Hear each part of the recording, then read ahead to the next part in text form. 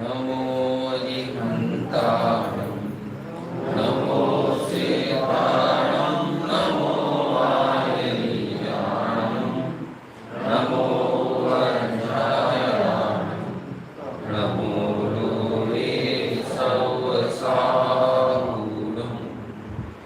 मङ्गलं भगवान् वीरो मङ्गलं गौतमो गणी मङ्गलं कुन्दकुन्दाद्यो जैन धर्मोऽस्तु मङ्गलं सर्वमङ्गलमाङ्गल्यं सर्वकल्याणकारकं प्रधानं सर्वधर्माणां जैनं जयतु शास्त्रं जैनं जयतु शास्त्रं जैनं जयतु शास्त्रं।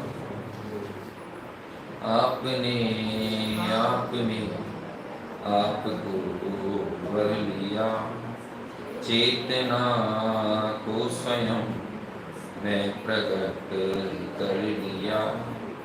हे विरागी प्रभु हे महावीर जिन आपके दर चरण मैं शतारक्त नमन आपके दर चरण मैं शतारक्त एस सुरासुर मणिसिंह वंदितं भूदिघायिकं मलं प्रणमामि वर्धमानं तीर्थं धम्मस्मिततवतरम्।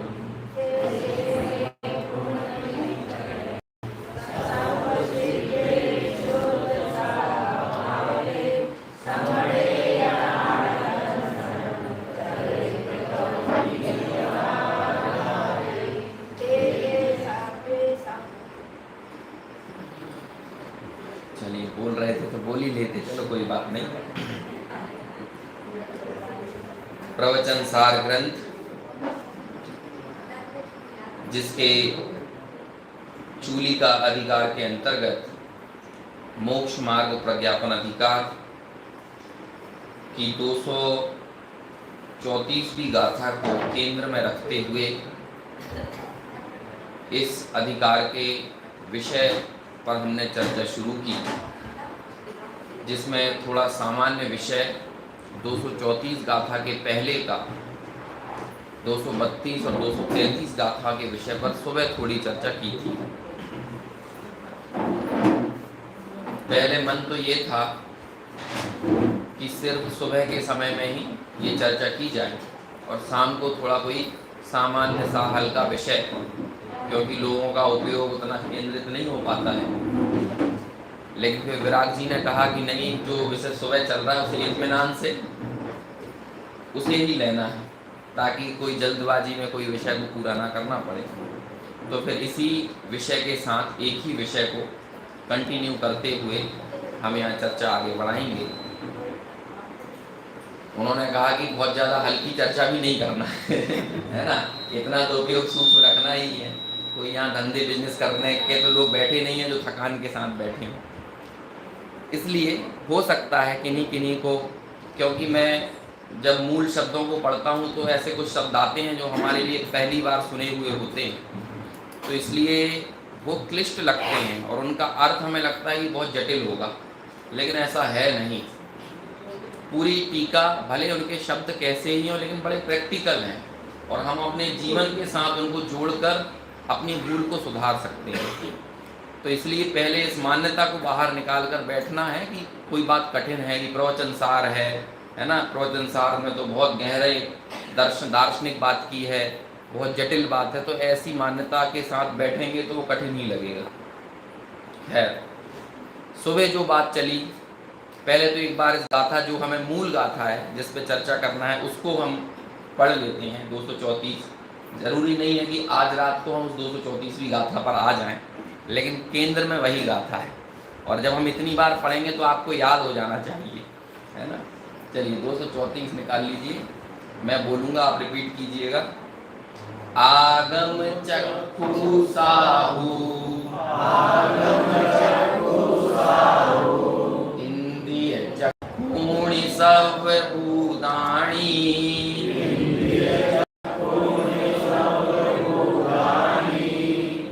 देवाय ओहि चक्षु सिद्धा पुण्य सवदो चक्षु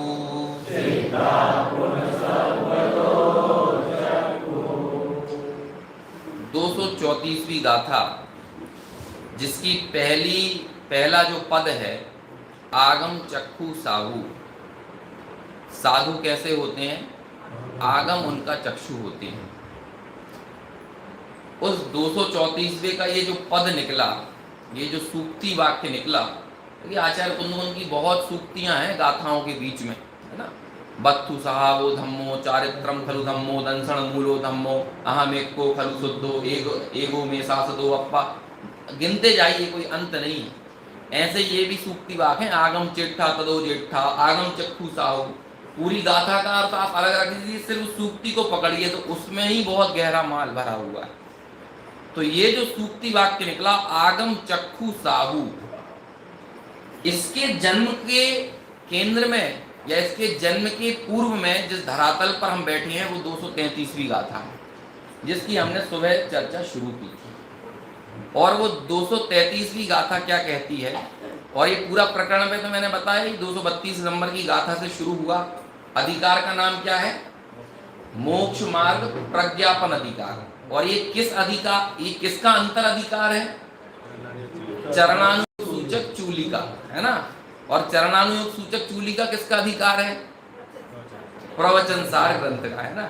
आज थोड़ा सा दोपहर के समय में पंडित जी ने प्रवचन सार नहीं पढ़ा है, तो इसको लेके थोड़ा सा अचरज व्यक्त किया था, है ना, कि भाई यहाँ यदि बैठे हो तो ये कम से कम पंच परमागम के विषय में तो हमको जानकर होना ही चाहिए, है ना। अब इत्तेफाक से हमने सुबह ही प्रवचन सार की चर्चा शुरू कर दी थी। तो जो उसका जन्म हुआ वो कहाँ से हुआ? ये पूरे आगम को यहाँ पर बल प्रदान कर रहे हैं। और हम यहाँ तक पहुँचने के सिलसिले में हमने पहले श्रवण को समझा कि श्रवण कौन है, कि जो एकाग्रता को प्राप्त है वो श्रवण है। एकाग्रता कैसे आती है? ये मैं सुबह के विषय रिपीट कर रहा हूँ, है ना। मुझे मालूम है कि कुछ लोग दोपहर में भी ज्वाइन हुए हैं, तो वो आगे के विषय से कनेक्ट हो सके, इसलिए थोड़ा सा 5-1 मिनट में ऊपर का विषय हम थोड़ा देख लेते हैं। श्रवण कौन है? जो एकाग्रता को प्राप्त, इस प्रकरण में लेना है ना। यहाँ पर तो अमृत चंद्राचार्य ने जो उत्थानिका ली, उन्होंने यही कहा कि जो एकाग्रता, वो ही समझ लो श्रवणपने का पर्यायवाची नाम है। और बाद में फिर गाथा में उसको लिख भी दिया, एक गदो समणो, कि जो एकाग्रता को प्राप्त है वही कौन है? श्रवण है। जो एकाग्र नहीं है उसे फिर श्रवण भी नहीं माना है ना। नास्ती से देखें तो जो एकाग्र नहीं है वो श्रवण भी नहीं है। आगे वो एकाग्रता होती कैसे है? तो कहते हैं कि वो पदार्थों के निश्चय से होती है ना। हमने थोड़ा सा उदाहरणों से भी सुबह समझा था कि जीवन में आपको किसी चीज का निश्चय ना हो तो आप उस जगह पर एकाग्र नहीं हो सकते। एक बेटा भी माँ की गोदी में रिलैक्स तब पाता है जब उसे निश्चय हो कि ये माँ है और ये माँ नहीं है। ये जगत के जितनी भी हैं ये माताएं नहीं हैं, ये सर्व स्त्रियां कुछ भी हो सकती हैं, लेकिन मेरे लिए आश्रयभूत तो नहीं है। बिना निश्चय के आप वहां एकाग्र नहीं हो सकते, तन्मय नहीं हो सकते। तो एकाग्रता के लिए क्या आवश्यक है? पदार्थों का निश्चय होना। और पदार्थों का निश्चय कब तक नहीं हो सकता? जब पदार्थों का निश्चय कैसे होता है? तो कहते हैं वो आगम से होता है ना। देखिए, जो 2 प्रकार के सम्यक दर्शन का विधान आता है, निसर्गज और अधिगमज। जब हम इस सूत्र की टीका में जाते हैं, तत्वार्थ सूत्र के प्रथम अधिकार में जो सूत्र कहा, उसकी टीका में आप जाएंगे तो आप उसका जो क्या कहेंगे निचोड़ निकालेंगे ना, तो आप ये पाएंगे कि हर निसर्गज कहीं ना कहीं अधिगमज होता है और हर अधिगमज कहीं ना कहीं निसर्गज होता है। मतलब कोई भी एब्सोल्यूट निसर्गज नहीं है और कोई भी एब्सोल्यूट अधिगमज नहीं है। सम्यक दर्शन के 2 भेद किए ना, निसर्गज और अधिगमज। क्यों? क्योंकि जो निसर्गज जिसे कहा जा रहा है वो भी उसका अधिगम कभी ना कभी हुआ होगा, है ना। बाद में वो जो देशना जब कभी भी अधिगम उसका हुआ था, वही आपके वर्तमान में जब आपके ख्याल में आई और उसके साथ आपने उस वाचक के साथ वाच्य को जब आपने पकड़ लिया, तो वही क्या हो जाएगा? वो निसर्गज कहलाने लगेगा, क्योंकि प्रत्यक्ष निमित्त सामने देखने में नहीं मिला। और जब प्रत्यक्ष ऐसा कोई निमित्त अधिगम देशना सुनने को मिल जाए, तब भी काम तो कैसे होगा? काम तो स्वयं से ही होगा। क्यों? क्योंकि देशना सुनने तो कईयों को मिलती है, सब वो काम क्यों नहीं कर लेते हैं, है ना? गुरुदेव श्री की प्रत्यक्ष सन्निधि कितनों को मिली, लेकिन कितने उनके वास्तविक जो कथ्य था उसको समझ पाए और अपना काम कर पाए? तो ऐसे अधिगम तो कईयों को होता है, लेकिन सबको अधिगम सम्यक दर्शन क्यों नहीं हो जाता? क्योंकि काम तो निसर्ग से होना है ना, अपनी उपादानगत योग्यता से होना है, वो तो स्वयं को ही करना पड़ेगा ना।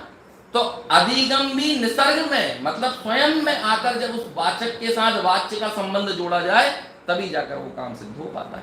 इसलिए हर अधिगमज क्या है? निसर्गज है। मतलब पदार्थों के निश्चय में मैं ये क्यों कह रहा हूं? क्योंकि पदार्थों के निश्चय में आगम रहता ही है। भले कोई स्वयंभू रमण समुद्र में है और वहां पर उसने सम्यक दर्शन की प्राप्ति की, और वो सम्यक दर्शन की, उसे वहां स्वसंवेदन हुआ, उसे वहां स्वानुभूति हुई, तो वो हमें दिख रहा है यहां पर तो कोई देशना नहीं है, यहां तो कोई आगम नहीं है।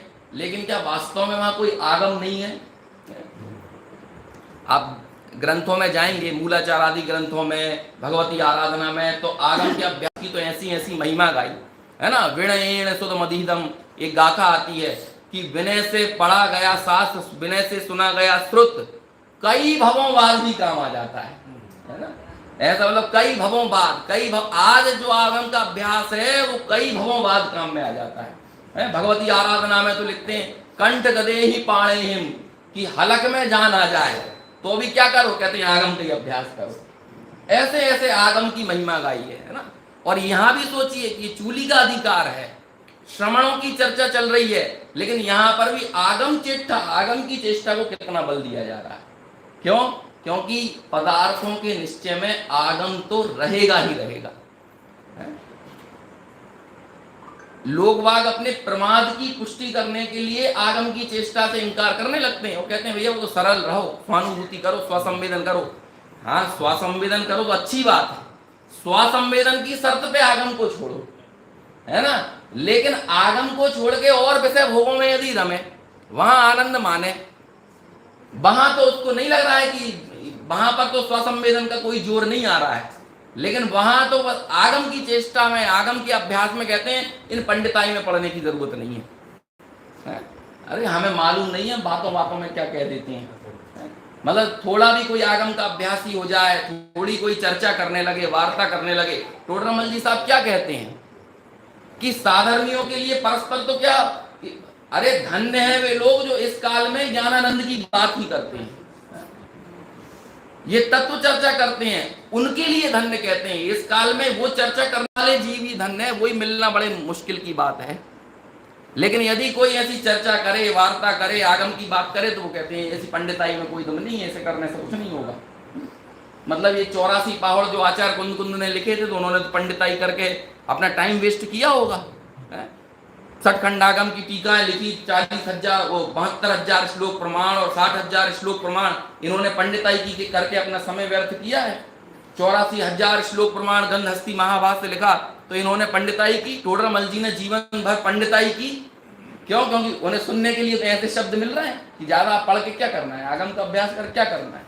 और लोग बाग आंसू भी बहाते हैं, अरे बड़ा दुर्भाग्य है कि मोक्ष मार्ग प्रकाशक पूरा नहीं हुआ है। अच्छा पूरा हो जाता तो, अभी नहीं हुआ उसे नहीं पढ़ा है, पूरा हो जाता तो उसे भी नहीं पढ़ते और क्या हो जाता है। अभी गंधहस्ती महाभाष्य होता तो क्या होता, होता नहीं, जो है राजवार्तिक है, सरवार सिद्धि है, वो नहीं पढ़ी है। गंधहस्ती महाभाष्य होता तो वो भी नहीं पढ़ते, उसमें और हो क्या जाता।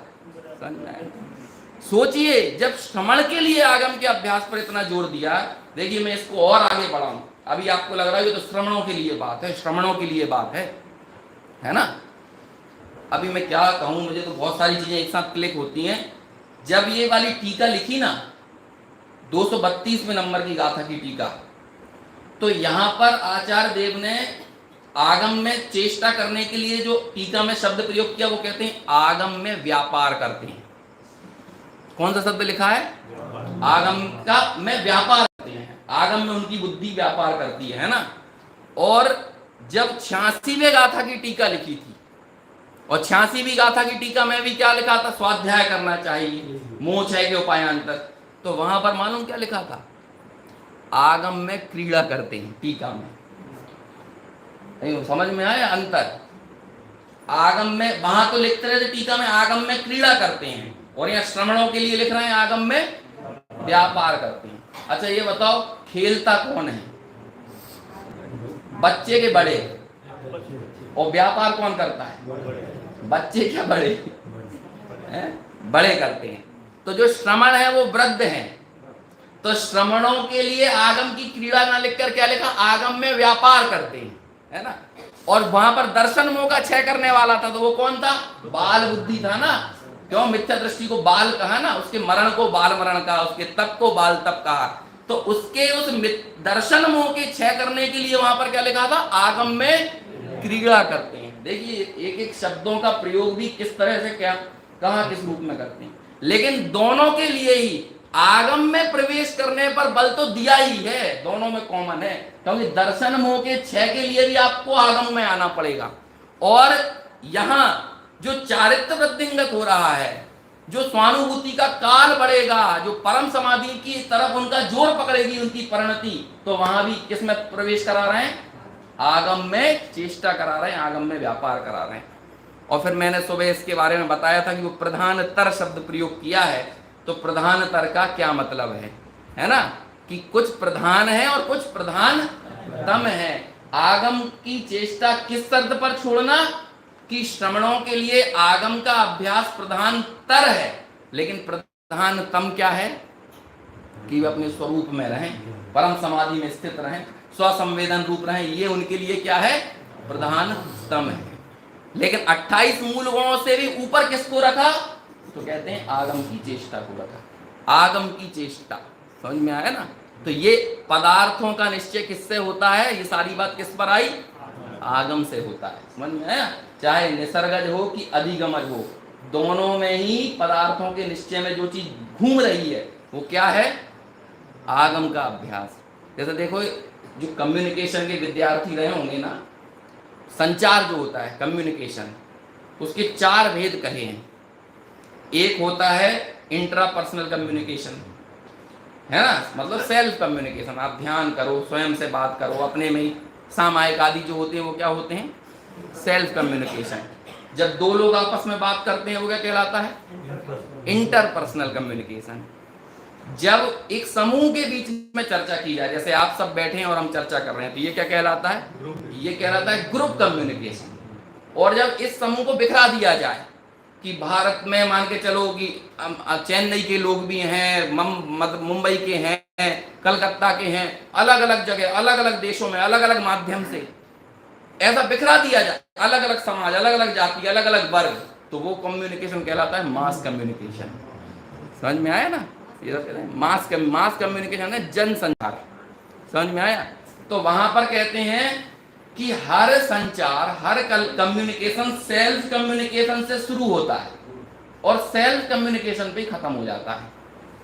कहां से शुरू हुआ? क्यों? क्योंकि यदि जैसे मान के चलो ये ग्रंथ है, ये मीडियम है मास कम्युनिकेशन का। कोई भी पुस्तक होती है वो क्या होती है? क्यों? क्योंकि इसे अलग अलग काल में पढ़ा जाएगा, अलग अलग लोग पढ़ेंगे, अलग अलग उम्र के, अलग अलग वर्ग, है ना, ये लोग पढ़ेंगे, तो ये बिखरा हुआ समूह पढ़ेगा, तो ये मीडियम किसका बन गया? मास कम्युनिकेशन का। लेकिन इसको जब लिखा है जिन्होंने, उन्होंने क्या किया होगा? सेल्फ कम्युनिकेट किया होगा ना, तभी तो ये लिखा। और जो इसको पढ़ेंगे वो भी क्या करेंगे? वो भी सेल्फ कम्युनिकेट करेंगे। और यदि आप सेल्फ कम्युनिकेट मतलब खुद को संचारित ना करें, खुद को संबोधित ना करें, खुद वाचक से वाच्य तक ना पहुंचे, तो आपके बीच के संचार को संचार नहीं माना जाएगा। आपने पढ़ा ही नहीं है। यदि खुद को कम्युनिकेट नहीं किया है तो संचार कहां से शुरू हुआ? सेल्फ से शुरू हुआ, खत्म भी कहां हुआ? सेल्फ ही खत्म हो गया। जैसे कि मान के चलो महावीर भगवान ने 12 वर्षों तक सेल्फ कम्युनिकेशन किया, और अगर समोसरण की रचना हो गई तो क्या होने लगा? मास कम्युनिकेशन होने लगा। कितना बिखरा हुआ समूह उनके समोसरण में आता है, कुत्ता भी आते, बिल्ली भी आता है ना, देव भी आते हैं, मुनि भी हैं, आरिका भी हैं, सबके लिए। लेकिन सबसे ज्यादा जरूरी क्या है? Self communication. और सेल्फ कम्युनिकेशन मतलब निश्चय, दृढ़ता, पदार्थों का निश्चय। जब ये आगम चेट्ठा तदो जेठा वाली जो गाथा है ना, उसकी टीका में आचार्य ने ये सारी चीजें लिखी हैं कि जिसके पदार्थों का निश्चय नहीं है वो कैसा है। तो उन्होंने ये सारे शब्द दिए कि वो व्यक्ति कैसा है, कि वो चंचल है, वो अस्थिर है, वो क्षुब्ध है। और आपकी चंचलता, आपकी क्षुब्धता यानी क्षोभ और आपकी अस्थिरता कैसे दूर होगी, कि आपको कृत निश्चय बनना पड़ेगा, आपको निष्क्रिय बनना पड़ेगा और आपको निर्भोग बनना पड़ेगा। और ये तीनों विशेषण उन्होंने आत्मा को दिए कि आत्मा कैसा है, आत्मा स्वभाव से कैसा है, आत्मा स्वभाव से कृत निश्चय है, आत्मा स्वभाव से निष्क्रिय है, आत्मा स्वभाव से निर्भोग है।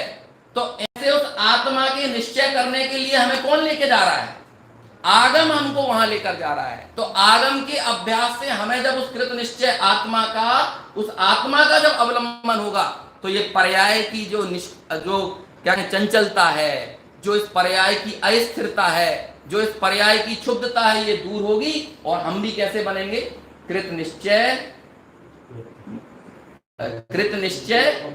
निष्क्रिय और निर्भोग। ये टीका की बात मैंने शॉर्ट में आपको बता दी, समझ में तो नहीं आ रहा है? थोड़ा थोड़ा आ रहा है, थोड़ा थोड़ा आ रहा है, मतलब कुछ नहीं आ रहा है। अभी तो हम मूल विषय पे पहुंचे नहीं, मैं तो वहां तक आ रहा हूं कि ये जो आगम चक्षु साहू की पंक्ति निकली है, अभी ये इसके पीछे का बेस बता रहा हूं आपको कि आगम चक्षु साधुओं के नेत्र, श्रमणों के नेत्र आगम है। वहां तक लाने के लिए आचार्य ने क्या किया है, पहले तो अभी थोड़ी सी मामूली चर्चा उस पर चल रही है ना। हमें अभी कलकत्ता में 6 दिन तक 232वीं गाथा की चर्चा चली थी, अभी उसको मैंने मुश्किल से 6 मिनट में बताने की कोशिश की है ना। तो अभी इसीलिए क्योंकि आप उसके मूल जीश तक नहीं पहुंच पाएंगे जिसपे हमें आगे चर्चा करना है। तो हम पहले समझें कि श्रमणों की एकाग्रता के लिए आगम के अभ्यास पर कितना जोर दिया। अब जब 233वें नंबर की गाथा आई, 233 नंबर की गाथा निकालो जिसपे हमने सुबह से सामान्य अर्थ कर छोड़ दिया था, तो वहां क्या कहा, आगम हीनो श्रमणो, यानी जो श्रमण आगम से हीन है, णेव पाणम परम व्याणदी, कि वो णेव नहीं, अपाणम अपने को भी नहीं जानते, और परम यानी पर को भी नहीं जानती। और फिर अगले लाइन में सवाल खड़ा कर दिया। क्या सवाल खड़ा किया, कि भैया जो अपने को और पर को नहीं जानता, और अपने और पर में तो सब कुछ आ गया। अच्छा ये बताओ, इस पूरी दुनिया को 2 शब्दों में कहना हो तो क्या कहोगे आप, हैं? देखो, अज्ञानी भी इस जगत को 2 भागों में बांटता है, और ज्ञानी भी जगत को 2 भागों में बांटता है। अज्ञानी का विभाजन होता है अच्छा और बुरा, और ज्ञानी का विभाजन होता है स्व और पर। बस दोनों के विभाग तो 2 ही हैं, है ना।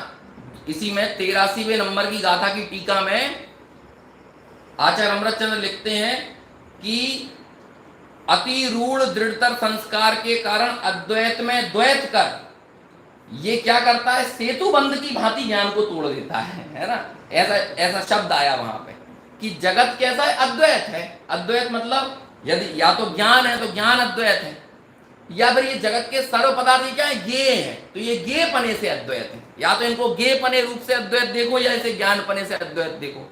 वास्तव में जैसे ज्ञेयाकार और ज्ञानाकार के जो सवाल खड़े होते हैं ना, तो उसमें ये कहते हैं कि एक खबर की 2 हेडलाइंस है, ज्ञानाकार और ज्ञेयाकार, बाकी कोई अंदर में चीज में फर्क नहीं है। ज्ञेयाकार में कोई चीज अलग नहीं आ गई है। जब आप उस ज्ञान को ज्ञेय की तरफ से देखते हो, वही क्या कहने में आता है, ज्ञेयाकार। और उसे ही जब ज्ञान की तरफ से देखते हो तो वो क्या कहने में आता है, या तो चीज 2 नहीं हो गई है ना। ऐसे या तो ज्ञेय है या ज्ञान है, लेकिन क्या किया हमने, अद्वैत में द्वैत कर दिया। तो अद्वैत में द्वैत क्या हुआ कि ये ज्ञान की तरंग उठी, और उठकर इसने क्या किया, ये अच्छा है ये बुरा है।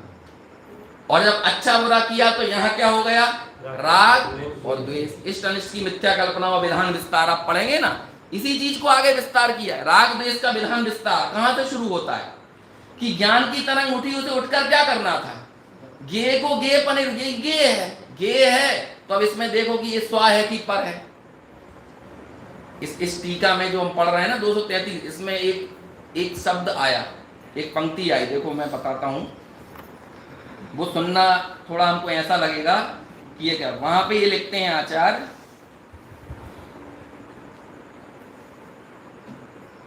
चलो वो खैर पढ़ने के क्रम में आएगी, वो भी ढूंढूंगा तो कौन सी लाइन में है। उसमें ये बोला कि ज्ञान में गे का विभाग अशक्य होने पर, क्या लिख रहा है, ज्ञान में गे का विभाग अशक्य होने पर। अब इसका मतलब क्या होता है, आप कोई ज्ञान ऐसा ला सकते हो कि जिसमें कोई गे ना हो, ला सकते हो? हम यही तो चाहते हैं, लेकिन हम ध्यान में बैठते हैं तो हमें पता नहीं कहां कहां के विकल्प जाते हैं। अरे पहले ये देखो क्या विकल्प आते हैं, क्या आता है आपके ज्ञान में। तो कहते हैं हम बैठते हैं, हमें हमारे बाल बच्चे दिखते हैं, हमें दुकान दिखती है, मकान दिखता है, घर परिवार रिश्ते नाते हैं, घाटा लाभ फायदा मित्रता शत्रुता, सारी चीजें, बहुत चीजें जाती हैं। तो आप क्या चाहते हो, कैसा ज्ञान चाहते हो कि हमें कुछ ना दिखे, तो क्या दिखे? आप ध्यान में बैठे और ध्यान में आपको मान के चलो भगवान की प्रतिमा दिख गई, आज तो बहुत अच्छा ध्यान हुआ है? और यदि मान के चलो ध्यान में बैठे और आपको अपने घर परिवार का कोई राग देश का कोई मसला, पुरानी चीजें कोई याद आ गई, तो क्या हुआ? बहुत बुरा ध्यान हुआ है। तो हमने क्या किया, हमने गे की खींचतान की, गे बदलने की चेष्टा की, लेकिन ये जो गे झलक रहा है ये मैं नहीं हूं, ये जो झलकन है, इसमें जो ज्ञान है, जो ज्ञायकपना है, जो ज्ञान की जो अविरल धारा बरत रही है, ये मैं हूं, ऐसा निश्चय नहीं किया। और वहां पर क्या किया, गे को चेंज करने की चेष्टा की। तो वहां पर तो हम कहीं ना कहीं हम कर्तव्य के बोध से ही ग्रसित रहे ना, कोई ना कोई हमारे भीतर में कर्ता बुद्धि का भाव ही पड़ा रहा ना। और यही तो कर रहे हैं कि इसको हटाओ, ये गे लेकर आओ, इसको जुटाओ, इसको मिटाओ, इसको हटाओ, हटाओ मिटाओ जुटाओ, ये तीन चेष्टाओं में हमारा सर्वत्र हमारी यही क्रियाएं निरंतर बरतती हैं। अब कहीं भी कुछ भी करना हो, ये जो ज्ञान में भी हमने यही करना चाहा, और अपने जीवन में जब साकार रूप से करने की बारी आई तब भी हमने यही किया, इसको लेकर आओ, इसको दूर हटाओ, है ना, इनका प्रवचन लगाओ, इनका प्रवचन हटाओ, है ना, इनकी बात सुनो, इनकी बात नहीं सुनो, अच्छा बुरा भला इष्ट अनिष्ट राग द्वेष, इसी का विधान और इसी का विस्तार। प्रश्न किया कि आपको कैसा ज्ञान चाहिए। यदि ज्ञान में झलकने वाले ये आफत बन जाते तो सबसे ज्यादा आफत तो केवली की हो जाती, और उनसे बड़ा दुखी कोई नहीं होता इस दुनिया में। क्यों? क्योंकि जहां पर मान के चलो ये चुल्लू भर ज्ञान, जब इसमें झलकने वाले ये इतनी समस्या पैदा कर रहे हैं, तो जिनके लोकालोक जानने में आ रहा है वो वाला ज्ञान कितनी बड़ी समस्या खड़ा करने वाला बन जाता। और हमने यही तो किया कि इसको हटाना, और यहां पर लिख दिया, इसी बात को आचार्य ने लिखा कि ज्ञान से गे को अलग करना अशक्य है। उसका मतलब ये नहीं है कि ज्ञान और गे का भेद विज्ञान अशक्य है। भेद विज्ञान तो किया जा सकता है, लेकिन ज्ञान में से गे नहीं हटाए जा सकते हैं। ज्ञान गे के अद्वैत को दिखाया, और वहां पर उन्होंने कहा कि ये ज्ञानाकार या गेयाकार जो है ना, इसके अद्वैत पने से सिर्फ स्वपर के भेद को जानो, लेकिन उसमें ये द्वैत ना करो कि ये इष्ट है, ये अनिष्ट है, ये ग्रहण करने योग्य है, ये छोड़ने योग्य है, ये अनुकूल है, ये प्रतिकूल है। इससे तो आप क्या करोगे, उसे सेतु बंध की तरह तोड़ दोगे, जो है ना। ये क्या होगा, ये मोह जो आएगा, ये मोह बाद में आपके राग द्वेष की जो विधान विस्तार को आगे बढ़ाता चला जाएगा। थोड़ा बहुत समझ में आ रहा है कि नहीं है?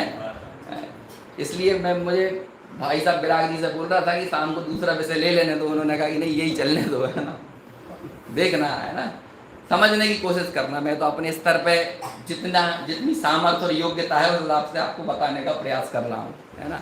बाकी समझने की भी अपनी अपनी योग्यता है, जिसको जैसा समझ में आए। तो ये यहाँ पर आचार्य देव ने लिखा। अब यहाँ पर ये कह रहा है, मैं ये बात कहाँ से निकली थी, जगत में दो ही चीजें तो है। अच्छा आपने ढूंढ दिया क्या? अरे देखो ये भैया ने झूठ ढूंढ दिया, ये ज्ञान में ज्ञात ना हो ऐसा करना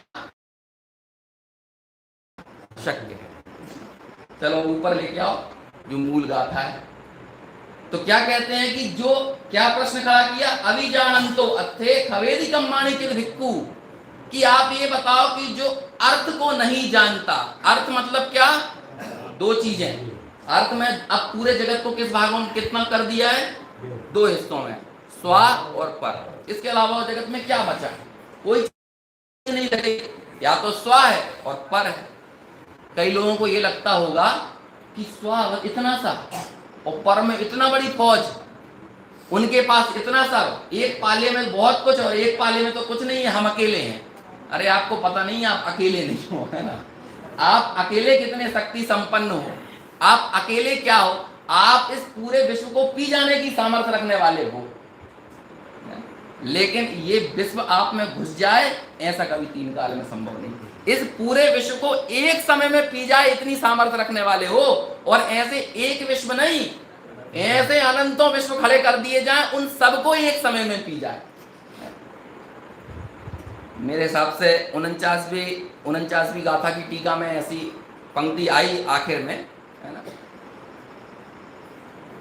आत्मा के लिए ये शब्द आया, कितना प्यारा शब्द है, ये पंक्ति है, जिसने अपना सर्वस्व भेद ज्ञानियों को समर्पित कर दिया है।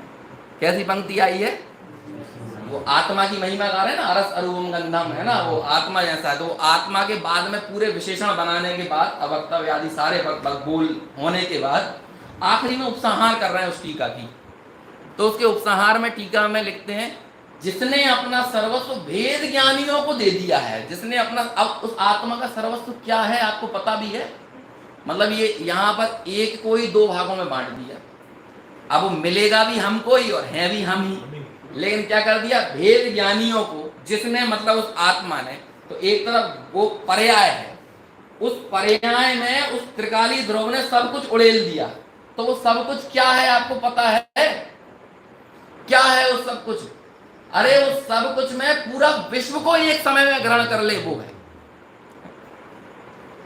एक जगह अमरचंद्राचार्य लघु तत्व स्फुट में उलाहना देते हैं, तमाचा लगाते हैं, ये कहो, है ना, सब कुछ है। वहां लिखते हैं कि भाई तू क्यों जगत के पदार्थों को अलग अलग जानकर बैल की भांति जुगाली करता है, सबको ही एक साथ क्यों नहीं जान लेता। अभी ये हम लोगों की आदत होती है ना, अभी मान के तो कोई बफे सिस्टम में जाएगा तो वहां क्या करेगा, पहले तो क्या करेगा, पहले वो मुआयना करेगा कि मुझे क्या क्या खाना है, क्या क्या इनमें से लेना है, और फिर बाद में कैलकुलेशन कर लेगा, बिल्कुल सीए बन जाएगा वहां पे, है ना, कि मेरे को पानी पूरी के ठेले पे इतनी देर रहना है, फिर उसके बाद मान के चलो डोसा इतना लेना है, इडली इतनी लेना है, गुलाब जामुन इतना, रसमलाई इतना, सब उसका विभाग है, और सब कैलकुलेशन करके एक एक को जाकर भोगेगा।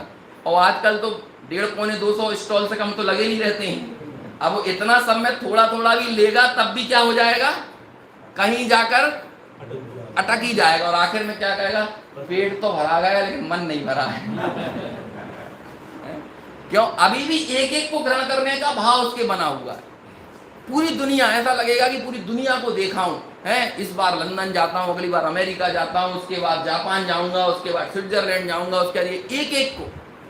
टीवी देखेगा तो कैसे देखेगा, चलो थोड़ी देर न्यूज देख लेते हैं, फिर उसके बाद चैनल चेंज करके, है, फिर उसके बाद फिल्म लगा लेते हैं कोई सी, फिर कोई सा कार्टून देख लेते हैं, फिर कोई सा कॉमेडी सीरियल देख लेते हैं, फिर चलो थोड़ी देर प्रवचन ही सुन लेते हैं अब तो उसी टीवी पे मान के चलो पंडित जी आ जाते हैं, और उसी टीवी पे वो कपिल शर्मा आ जाता है? मतलब क्या होता है, वो व्यक्ति परिवर्तन रूप जो क्षोभ है ना, वो दूर नहीं है। इस टीका में आया है, ये 233वीं गाथा की हम बात कर रहे हैं, इसमें ये बात आई है। मैं कह रहा हूं कि शब्द आपको शास्त्रीय और टेक्निकल लग सकते हैं, लेकिन वो प्रवृत्तियां हमारी बड़ी चिर परिचित हैं, जीवंत हैं, जी रहे हैं हम उन प्रवृत्तियों को, और उन भूलों को दूर करने के लिए ये सारी बातें लिखी हैं। तो ये जो प्रवृत्ति है, इस पर आचार्य अमृतचंद्र ने हमको उलाहना दी, ये स्लैब लगाया। कहते हैं भाई तुम हो क्या, तुम्हें पता भी है क्यों एक एक पदार्थ को अलग अलग जानता है, और किसकी तरह, बैल की भांति, ढोर की तरह, मवेशियों की तरह। मवेशी कैसे खाते हैं पता है ना, पहले सब यहाँ भर लेते हैं और फिर क्या करेंगे, एक एक को निकाल निकाल कर अलग अलग जुगाली करते हैं। ऐसे हमारी अनंत को भोगने की इच्छा यहाँ भर ली हमने। अब भोग तो सकता नहीं इकट्ठा एक साथ, तो क्या करेगा? मन तो उसका करता है कि सब एक साथ जान, मतलब करे कि हम सब खा लूं, सब भोग लूं, सब देख लूं, सब कर लूं बिल्कुल। लेकिन कहाँ कर पाएगा, सामर्थ्य तो नहीं है ना। वो बड़े पंडित जी का वाक्य आता है ना कि विचार तो कर कि भोग भोगने की शक्ति कितनी है और आसक्ति कितनी है। तो वो आसक्ति तो यहाँ सबकी भरी हुई है, सबको, सर्व को भोग लूं, सबको देख लूं, सबको जान लूं, लेकिन करता क्या है फिर? एक एक करके, एक एक करके, ये उसकी पराधीनता है। यहाँ आचार्य कहते हैं कि भाई तू सबको अलग अलग जानकर बैल की भांति जुगाली क्यों करता है? सबको ही एक साथ क्यों नहीं जान लेता है? वहां पर आचार्य अमृतचंद्र लिखते हैं क्या कि जिसने अपना सर्वस्व भेद ज्ञानियों पर समर्पित कर दिया है। अब आत्मा में क्या था कि अनंत ज्ञान, लो भेद ज्ञानी की एक समय की पर्याय में आ गए। वो उसमें क्या था? तो कहते हैं सम्यक ज्ञान केवल ज्ञान का आह्वान करता है। ये सम्यक ज्ञान जहां पर वो हुआ तो कहते हैं वो भेद ज्ञान किया ना जिसने, तो भेद ज्ञान के साथ ये सारी चीजें क्या हुई, ये उसके पीछे पीछे उसकी अनुगमन कर रही है। केवल ज्ञान सम्यक ज्ञान का अनुगमन कर रहा है, भेद ज्ञान का अनुगमन कर रहा है। जिसने अपना सर्वस्व भेद ज्ञानियों को समर्पित कर दिया। और एक चीज जो वहां पर हिडन है, साइलेंट है, जब आत्मा ने अपना सर्वस्व भेद ज्ञानियों को दिया, जरा विचार तो करो, भेद ज्ञानियों ने भी तो अपना सर्वस्व आत्मा को दे दिया। वो एक समय की ज्ञान की पर्याय ने भी तो सब कुछ उसे ही दे दिया। बाबूजी युगल जी बोलते थे ना कि सम्यक दर्शन से पूछ तू कौन, तो ये ना बोलेगी कि मैं सम्यक दर्शन हूं। मतलब सम्यक दर्शन की पर्याय को यदि आप लेबोरेटरी में टेस्ट करने की सुविधा होती, आप लैब में डालकर उसको चेक करते, तो उसमें कहीं सम्यक दर्शन नहीं मिलेगा। उसने तो अपना कोना कोना एक ध्रुव के लिए खाली कर दिया है। तो भाई जो चीज उस एक समय की पर्याय में आई, उस एक समय की पर्याय ने भी तो अपना सब भूल गई। और सब क्या हो गया? कहते हैं कि उससे पूछो तो वो तो कहेगी कि मैं तो गायक हूं। उसके जर्रे जर्रे में, चप्पे चप्पे में आप कहीं से कैसे भी उसे खंगालो तो क्या निकलेगा? एक त्रिकाली ध्रुव गया है। तो ऐसा भेद ज्ञानियों को उसने अपना सर्वस्व समर्पित कर दिया। और ये भेद ज्ञान की जो शुरुआत है, ये आप बताइए कृत निश्चय यानी पदार्थों के निश्चय हुए बगैर कभी हो सकती है? और जब पदार्थों का निश्चय नहीं हो सकता तो उसके लिए लिखा अभिजानन्तो अत्थे। यदि पदार्थों को नहीं जानता तो किद कम्माणि खवेदी, तो वो कर्मों को कैसे क्षय कर सकता है? ऐसा भिक्षु कर्मों का क्षय कैसे कर सकता है? सर्वत्र किस चीज पर बल दिया है? स्व पर भेद विज्ञान। और स्व पर भेद विज्ञान के लिए जरूरी क्या है? देखो, जोड़ तो कहीं भी भले चर्चा आगम की चल रही है, लेकिन सर्वत्र बल किस पर है? भेद ज्ञान पर बल है। और आज सुबह जो मैंने 201 202 नंबर की गाथा पढ़ी थी समय सारथ्य, वहां पर थोड़ी सी हमको इससे उल्टी बात दिख रही है, लेकिन वहां पर भी कॉमन क्या था? स्वपर भेद विज्ञान वहां भी था। ये नहीं कह रहे हैं कि जिसने आगम का अभ्यास नहीं किया है उसको वो कर्मों का क्षय नहीं करेगा या उसे सम्यक दर्शन नहीं हो, ये नहीं कह रहे। कह क्या रहे हैं? जो स्वपर भेद को, जो स्व को नहीं जानता है और पर को नहीं जानता है, वो कर्मों का क्षय कैसे करेगा? मतलब जानना क्या जरूरी है? स्वपर का भेद विज्ञान। लेकिन उस स्वपर भेद विज्ञान का आधार या उस स्वपर के निश्चय का जो आधार है वो क्या है? वो है आगम। इसलिए यहां कह रहे हैं कि जो आगमहीन श्रवण है वो क्या करता है? नेव अपाणम परम व्याधि, कि वो आत्मा को नहीं जानता और पर को भी नहीं जानता। मतलब वो स्वपर को नहीं जानता, और जो स्वपर को नहीं जानता वो कैसे कर्मों का क्षय करेगा? समझ में आई? बल किस पर है? स्वपर पर, स्वपर के जानने पर। और सुबह भी कहा कि वो सर्व आगम धर भले हो, लेकिन जो स्वपर को नहीं जानता, अब बात बोल तो रहे सर्व आगम धर भले हो, लेकिन वो सर्व आगम धर मतलब नाम निक्षेप से आगम धर है। सर्व आगम धर तो नहीं है, मतलब 11 अंग 9 पूर्व तक का पाठी है, लेकिन 11 अंग 9 पूर्व का पाठी तो है, लेकिन स्वपर का भेद विज्ञान उसके भी नहीं है। एक जगह यहाँ पर भी आता है ना, 6 ढाला में 2 जगह आया, एक तो आत्म अनात्म के ज्ञानहीन जे जे करनी ते करण छीन, है ना, और एक जगह और आया मेरे साथ में 7 तत्व के भूल वाले प्रकरण में कहे ना, आत्म अनात्म के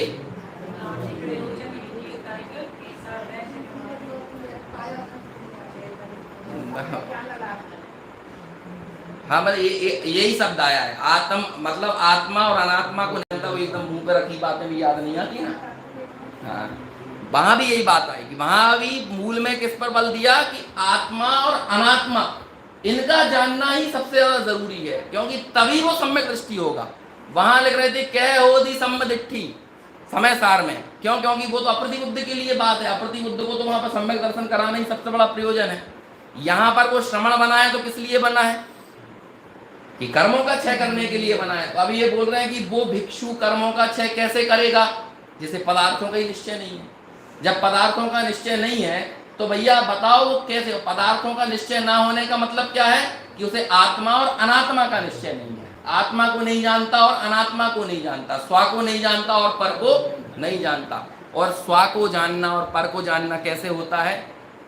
आगम से होता है। पदार्थों का जानना कैसे होता है? आगम से होता है। इसलिए यहाँ मूल में क्या लिखा? जो आगमहीन श्रवण है वो आत्मा को और पर को नहीं जानते, और जो अर्थ को नहीं जानता ऐसे वो भिक्षु, ऐसे वो श्रवण कैसे कर्मों का क्षय करेंगे? समझ में आई? नहीं आई? देखो अभी अब मैं बस शॉर्ट में 2 मिनट का टाइम बचा है, थोड़ा सा कल की भूमिका बनाकर विषय को छोड़ देता हूं। आगे जो टीका में पूरी बात है वो 2 चीजों पर केंद्रित है, परात्म ज्ञान और परमात्म ज्ञान। क्या बात आई है? इन 2 शब्दों को याद रखना है ना, परात्म ज्ञान और परमात्म ज्ञान। और दोनों से ही कर्म बंध का कनेक्शन बताया है। जिसे परात्म ज्ञान नहीं है उसे भेद विज्ञान नहीं है, और जिसे परमात्म ज्ञान नहीं है वो एकाग्र नहीं है। क्यों? क्योंकि जब तक परमात्मा का ज्ञान नहीं होगा तो एक काय में होगी, एकाग्रता किस में होगी? और एकाग्रता नहीं होने का मतलब है कि उसे ज्ञप्ति परिवर्तन का दुख और ज्ञप्ति परिवर्तन से होने वाला बंध बना रहेगा। अभी घबराना मत नहीं इन सब शब्दों को सुन के, ये सब हम अपन बताएंगे कि ज्ञप्ति परिवर्तन बहुत आराम से समझोगे आप, है ना। ये सब सारे शब्द आएंगे, आप बस थोड़े दिमाग में रखिएगा जितना रख सकें क्षयोग सब में। लेकिन इन 2-4 शब्दों के इर्द गिर्द पूरी चर्चा है। क्या बात है? देखो कर्म बंध के 2 कारण बताए हैं आगे इधर। कौन कौन से? एक तो बताया है भेद विज्ञान का अभाव, है ना, और दूसरा बताया है ज्ञप्ति परिवर्तन रूप क्षोभ। तो भेद विज्ञान का अभाव क्यों है? क्योंकि परात्म ज्ञान नहीं है, पर आत्म ज्ञान नहीं है, तो उसे जोड़ के लिख देते हैं परात्म ज्ञान, ठीक है। और ज्ञप्ति परिवर्तन रूप क्षोभ है, इस कारण से एकाग्रता नहीं है। एकाग्रता क्यों नहीं है? क्योंकि परमात्म ज्ञान नहीं है। क्या नहीं है? परमात्म ज्ञान नहीं है। तो गाथा के मूल में बस इतना है कि आगम से हमको परात्म ज्ञान भी होता है और परमात्म ज्ञान भी होता है। तो परात्म ज्ञान ना होने के कारण होने वाले बंध का भी अभाव होता है, और परमात्म ज्ञान ना होने के कारण होने वाले बंध का भी अभाव होता है। जो गाथा का मूल तथ्य है कि वो व्यक्ति कैसे कर्मों का क्षय करेगा जिसे अर्थ का निश्चय नहीं है, पदार्थों का निश्चय नहीं है। और पदार्थों के निश्चय में टीका में क्या तोड़ दिया इस विषय को? 2 शब्दों में। किन किन में? परात्म ज्ञान और परमात्म ज्ञान। परात्म ज्ञान ना होने के कारण देखो थोड़े से क्या कहते हैं, अनुश्रुति एक जैसी है दोनों शब्दों की, लेकिन दोनों का फर्क पकड़े रहना, समझ गए ना। परात्म ज्ञान और दूसरा क्या है? परमात्म ज्ञान। एक जैसे सुनने में लग रहे होंगे लेकिन दोनों अलग हैं। पर आत्म ज्ञान और दूसरा परमात्म ज्ञान। परात्म ज्ञान नहीं है तो उसके कारण क्या है कि भेद विज्ञान ना होने के कारण होने वाला बंध, और परमात्म ज्ञान नहीं है तो आप एकाग्र नहीं हो, तो उसके कारण से ज्ञप्ति परिवर्तन के कारण होने वाला बंध। ये दोनों ही प्रकार के बंध कब रुकते हैं? जब परात्म ज्ञान हो और परमात्म ज्ञान हो। और परात्म ज्ञान का कारण भी आगम है और परमात्म ज्ञान का कारण भी आगम है। इसलिए जो आगम सहित श्रवण है, यहां पर क्या लिखा है? आगमहीन श्रवण। अब इसे थोड़ा अलग पढ़ लो रिवर्स एंगल में। आगमहीन श्रवणो, आगम सहित श्रवणो। जो आगम से सहित श्रवण है वो क्या करते हैं? अपाणम परम ज्ञान आदि हटा दो।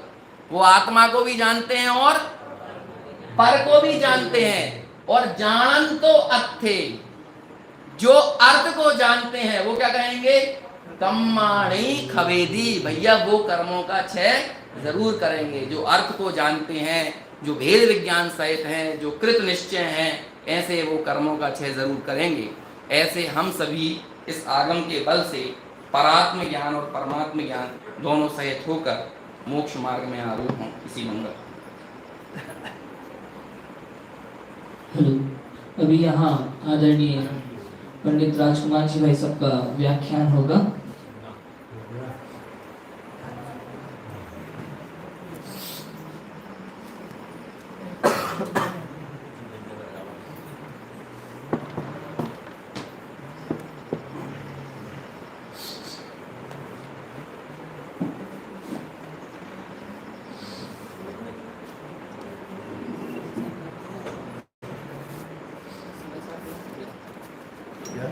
नहीं समझ